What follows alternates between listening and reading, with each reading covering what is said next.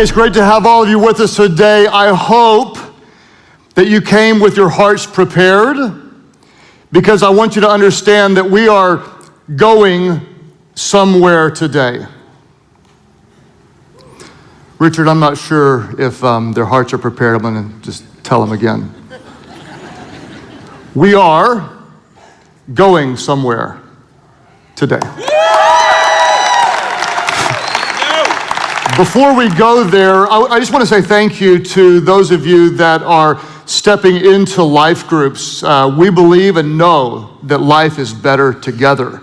And we've got lots of new life groups forming during this message series. Amy and I were a part of our life group last week, and we laughed together, we cried together, we prayed together, and life is better together. If you're not yet in this type of a community, it may be the very thing that you're missing spiritually as we grow and sharpen one another together. If you're new with us, we're in a message series. It's not called What Would Jesus Do? There's a lot of bracelets that people have worn for years. Our message series is called What Would Jesus Undo?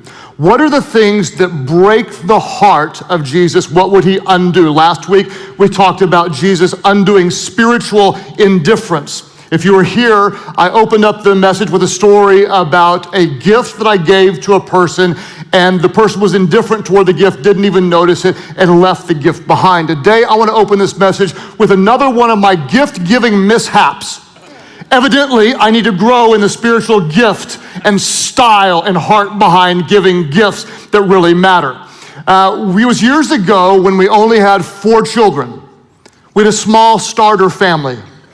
Only 4 children. We were just getting going, and we had a goal to pay off all of our debt, and when we paid off our debt, we were gonna buy a refrigerator big enough for a family with 4 children, and then we were gonna take our kids to Disney World as a celebration that we were now out of debt. Well, we got that goal, we bought the refrigerator, and it was almost Christmas time, and so I decided to make the Disney World trip a surprise gift to our kids and take the refrigerator box and actually use it as the box in which I would put the piece of paper that would announce the glory of the trip that we were going to Disney. I decided to wrap the box, put it out by the tree.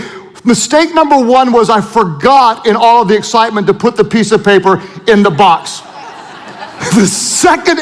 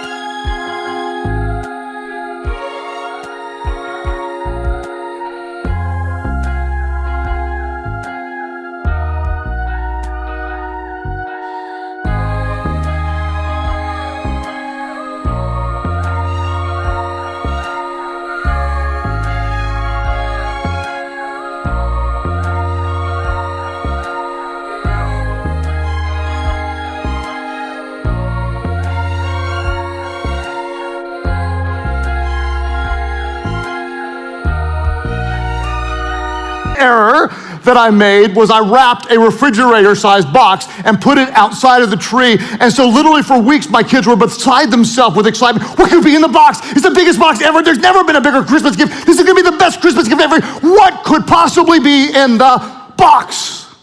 Christmas morning, it was perfect. We saved that to the very last gift. They opened up all of their other meaningless and useless gifts, waiting for the grand prize of all Christmas gifts ever. They ripped into the refrigerator box, opened it up, and there was nothing inside.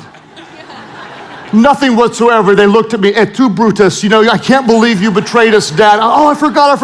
And I went and I got the little piece of paper out of my room. I forgot to put this in. Here is your gift. We're going to Disney World. And they're reading this piece of paper. They're still confused. To this day, 2 of them are in counseling, trying to overcome the disappointment of the empty Christmas box. I blew it. What if the songs that we sing, the sermons that we preach, and the acts of service that we do are often empty gifts to our God? What if Our lives are wrapped up with a spiritual image on the outside, but sometimes on the inside, because our hearts are far from God, we're actually offering to our God an empty gift. What would Jesus undo? Jesus would undo what I call hollow worship or empty worship, or what Jesus calls worship in vain. What turns the heart of God? What is it that upsets Jesus? And that is hollow worship. I want to show you this in Matthew's gospel, Matthew chapter 15. We'll start in verse 1, and I'll show you a very interesting conversation between some Pharisees and between Jesus. Scripture says this: Then some Pharisees and teachers of the law came to Jesus from Jerusalem and asked, "Why do your disciples break the tradition of the elders? They don't wash their hands before they eat." Why don't they wash their hands before they eat? What we have to understand is the Pharisees were obsessed with something called ceremonial cleanliness. This is not the same thing as physical hygiene. It's not physical cleanliness, of which I honestly am obsessed with. Amy will tell you, as a minimum, I will take 2 showers a day, often 3, occasionally 4. If I walk into a Mexican restaurant and I get that fry-y stuff smell on me, I will immediately take a shower and change clothes. I am obsessed with physical cleanliness. You can pray for me. Amy often does. This is not the same type of obsession. They were obsessed with ceremonial cleanliness. Why? Because a devout Jew believed that there were 2 categories for everything. Everything is either clean or it's unclean.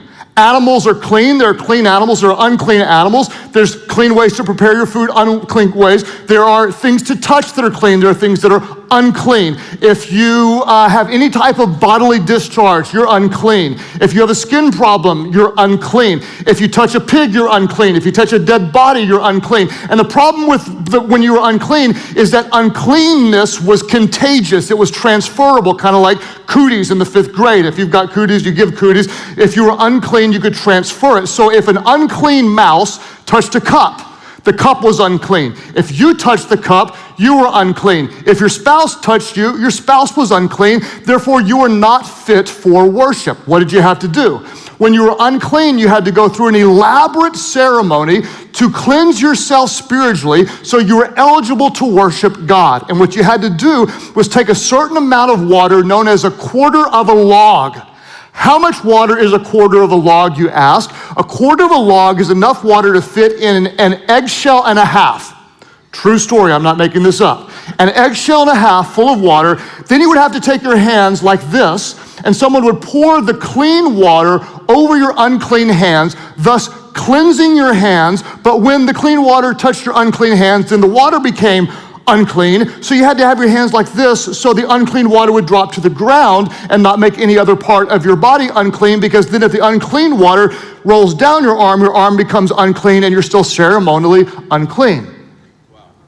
Then you had to do your hands this way, and the water would fall again, and then you rub your hands together, and you would be ceremonially clean so you could worship God. A devout Jew would not only do this before their meals, but they would literally do this ritual between courses. In other words, you would cleanse yourself before your hamburger, then before your tater tots, and then before your chocolate malt. And the Pharisees are asking Jesus, why don't you?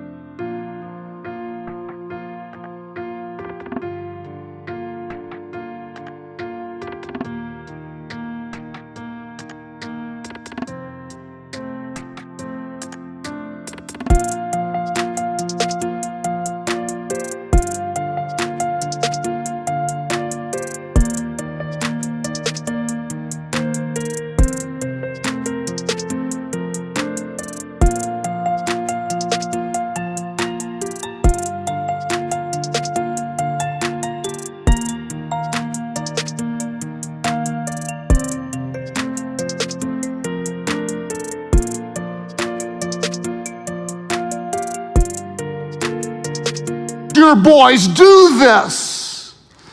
And Jesus unleashes on them. He says, you're not even treating people with respect. You're not even showing love to other people. Your hearts aren't even connected with God. And here you are obsessing about all these externals when internally you are so far from being right. This is what Jesus says in verse 7. He says, you hypocrites. And then he quotes the Old Testament prophet Isaiah. Isaiah was right when he prophesied about you. These people honor me with their lips, but their hearts are far from me. They give me lip service, but their hearts aren't right. Then Jesus says this. How do they worship? Jesus says, they worship me in vain. Their worship isn't pleasing to me. On the outside, it looks like worship, but because the inside is not right, it's simply an empty gift. It's hollow worship. It's worship that doesn't touch my heart. It's worship that is in vain. What would Jesus undo? He would undo a show on the outside, a hypocritical expression, a pretend faith. Hey everybody, you know I'm kind of a Christian, when inside your heart is very, very, very far from truly worshiping God. I would say to you that as a church, we have a lot of potential to grow in our heartfelt expression of worship to God. In fact, just as your pastor, to me, this is one of the greatest areas of potential spiritual growth that all of us have. You, me, all of us together. And so I want to talk for a few moments about worship. When we talk about worship, what most people immediately do is they think about music.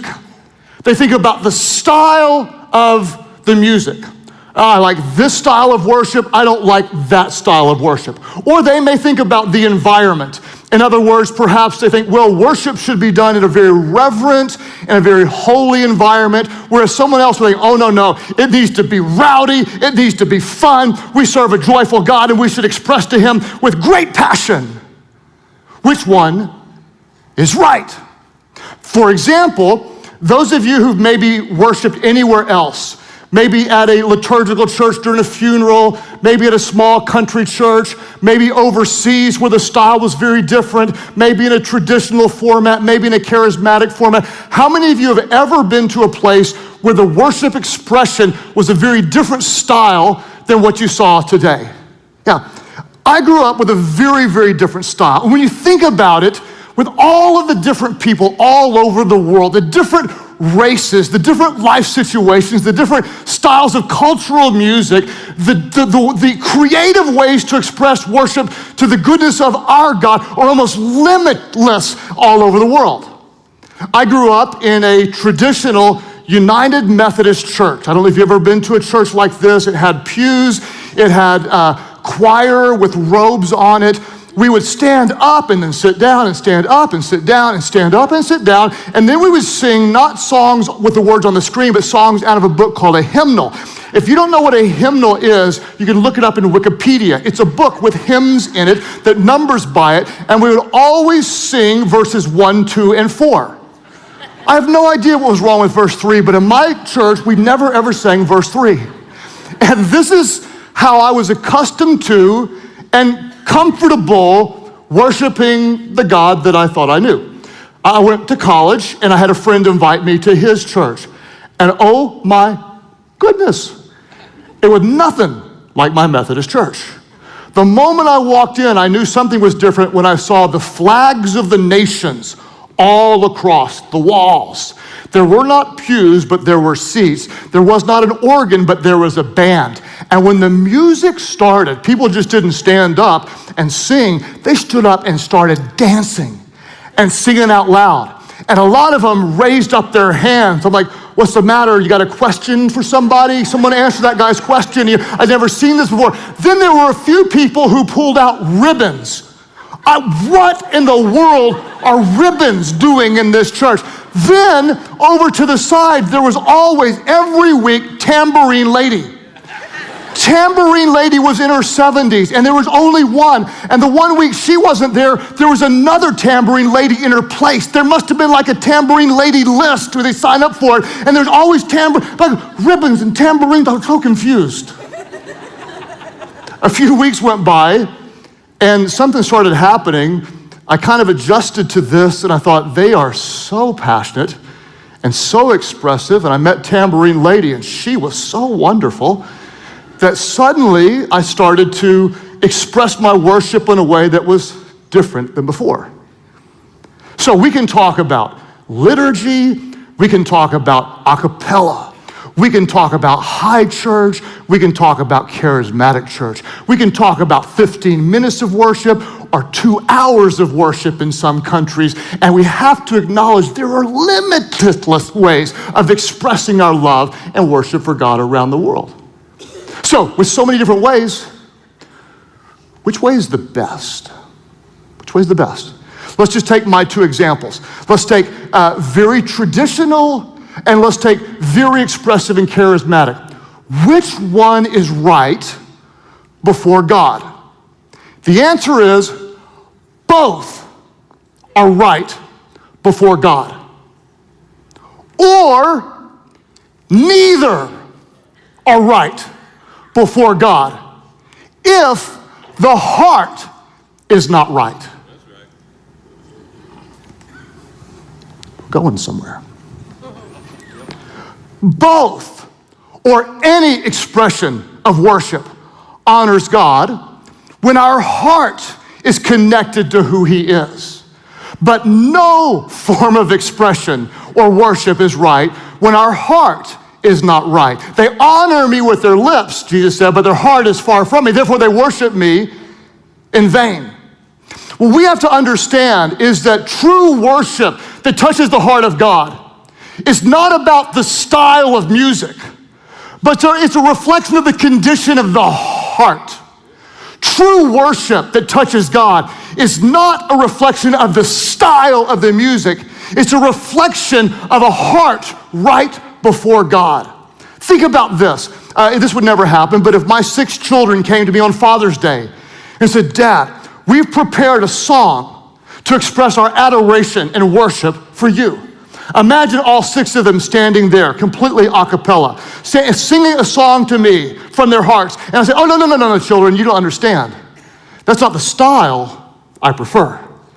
When you tell me how great I am and how much you love me, I prefer a praise band with fog, lights, and one of you needs to wear tight jeans and put some spiky stuff on your hair. One of you needs to be the worship leader. If I don't see the worship leader, then it's not right. But never do that. At the same time, imagine if they came before me banging pots and pans. Bang, bang, bang, bang. Ah, Dad, you're the great, stop. No.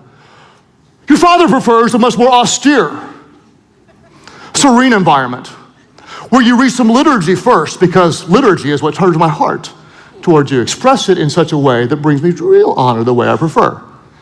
Listen, they can do whatever they want when it's from the heart. Because true worship that pleases God isn't about the style of music. It's about the condition of the heart. What would Jesus undo? He would undo hollow worship. We have to understand that Christianity is not a hobby for us. It's not an interest. It's not a label. If we're a follower of Jesus, Christ is our life. Therefore, worship isn't just songs we sing, but worship is the life that we live. It's the life that we live. In fact, if I could, for a moment, at all of our different churches, would you mind, could we get the bands? Would you guys just come forward right now, and when you're ready, you can begin playing. And Pastor Chris, would you mind, can I have a handheld